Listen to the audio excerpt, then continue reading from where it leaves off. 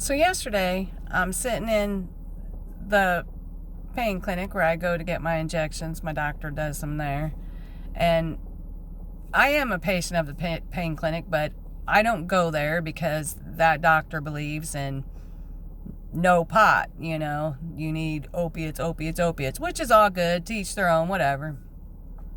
And I just want to say, I've been dealing with my neck issues since the 90s. So I would say back then, my first pill dealer was my doctor.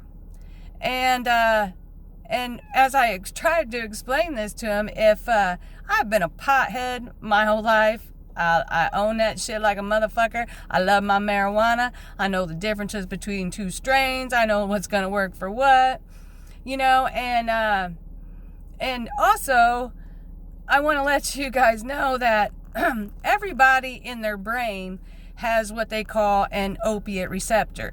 And either you have this receptor or you don't, which is probably why I've been able to go, a week and just be done with my pills. And that doesn't happen for everybody. If you do your research, you may Google the shit, but make sure you're using a reliable site, people that are scientists, people that are from the Mayo Clinic, people that specialize in this bullshit, not what other people have to say. But anyway, what I kind of thought was ironic was, I've heard and I've watched, paramedics and other people say that if it wasn't for these doctors getting, their patients hooked on opiates and then just cutting them off out of nowhere, then maybe we wouldn't see grandma, driving around or walking around in the middle of the night looking for fucking heroin because you took her fucking Oxycontin away.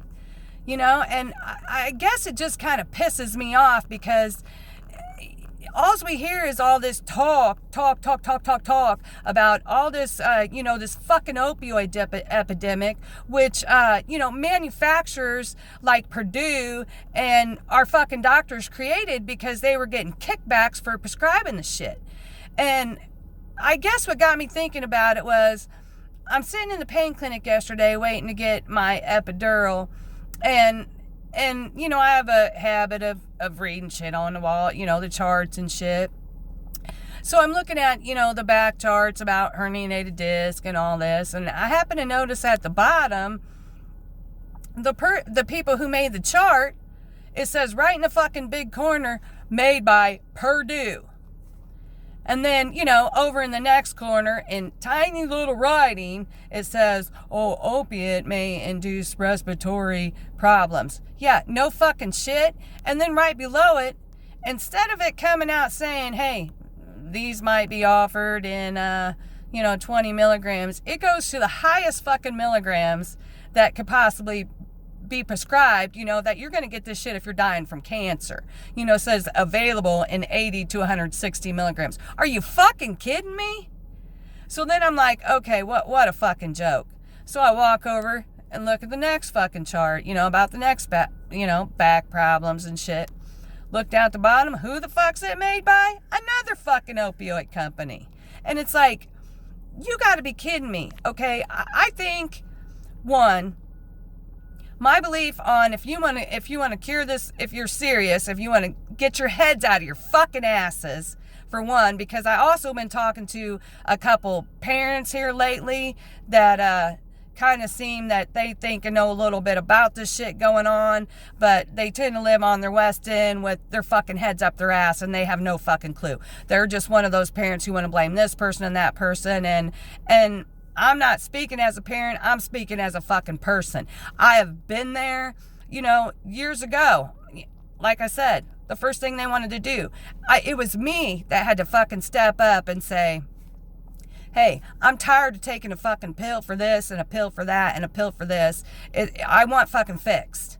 You got to remember that you are in charge of your own fucking health care. The doctor works for you. If something's working for you, then you got to step up and say it's working for me. That's like she kind of put me in this new, I'm in this, I don't even know what you call it, but they thought they was going to give me medical marijuana and get me off pills. whenever this opiate shit came out. And what I tried to explain to my doctor is not only that I've told her, she's been my doctor for, 7 years now, that you got to understand that if straight pot worked for pain, I'd have never taken a pain pill in my life. I'd have never told you I fucking needed one. I've been a pothead since 2 weeks after I gave birth to my kid. I've probably put my fucking hitter down maybe a week in between them. If you want medical marijuana to work for your pain, you need to mix the THC with the CBD and other medical things that you need from the plant. Okay, in order for me to get the pain relief that I was going to need out of mixing the CBD with the THC, it was going to cost me about $200 a day. A day. Now you tell me how I'm possibly going to afford $200 fucking dollars a day. So it basically all comes down to a money thing. Purdue's filing bankruptcy, so now it's like all, becoming this big fucking issue. And the state has actually stepped in and decided to start editing doctors' files. And if you're on any kind of Obamacare, shit like that, you're going to be edited. And if you're not in the pain clinic getting your proper opiates, then your doctor's going to be told that they're going to have to switch you to medical marijuana so they can get the tax fund. So everybody gets the money all the way around, and people that are in serious fucking pain are going to get screwed out of their pain medication. So in my opinion, I think our opioid epidemic is going to get worse at this point. I really do. So again, I'd like to say, please call Department of Public Health, take 15 minutes out of your day, make your appointment, pop in there, take your 5-minute class, get your bag, and carry on. They're not asking for your information. They're not asking for information if you've ever have to do is it. You're just going to sign a paper saying, hey, I'm P, I'm taking this kit with me. If I use it, I'm going to turn up a form saying, hey, I used it on a white female from 30 to 40, approximately 150 pounds. That's all I'm reporting. So I just can't get over that the pain clinics, after we've talked about this problem for so long, that the pain clinics are still got fucking shit out saying, excuse my language because I'm supposed to be appropriate. I'm trying to make this appropriate, and we know how I am inappropriate. But anyway, I'm just flabbergasted by it. I mean, that should have been the first thing you're doing.